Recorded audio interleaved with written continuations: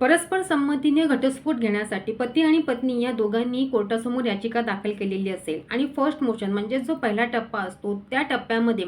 सेटलमेंटमधील जे काही terms and conditions म्हणजेच अटी आणि शर्तींची पूर्तता करणारं ॲफिडेव्हिट सादर केलेलं असेल आणि त्यानुसार जर एका पक्षकाराने त्या अटी आणि शर्तींची पूर्तता करून जर दुसऱ्या पक्षकाराला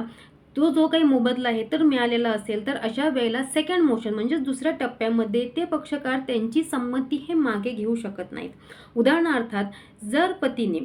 ठरल्याप्रमाणे पत्नीला जो काही पोटगी असेल त्या पोटगीचा मोबदला दिला असेल, तसेच मुलांचा ताबा, घरांचा ताबा दिला असेल आणि पत्नीने जर तो स्वीकारला असेल तर अशा वेळेला पत्नी ही तिची संमती मागे घेऊ शकत नाही किंवा ते संपूर्ण मोबदला घेतल्यानंतर ती पुन्हा पतीविरुद्ध केस दाखल करू शकत नाही. असं करणं म्हणजेच कोर्टाचा अवमान म्हणजेच कंटेम्प्ट ऑफ कोर्ट आणि abuse of the process of law म्हणजेच कायद्याचा गैरवापर समजला जाते. आणि या संदर्भामध्ये अत्यंत महत्त्वाचं सुप्रीम कोर्टाचं जजमेंट आहे ते म्हणजेच धनंजय राठी वर्सेस रुचिका राठी.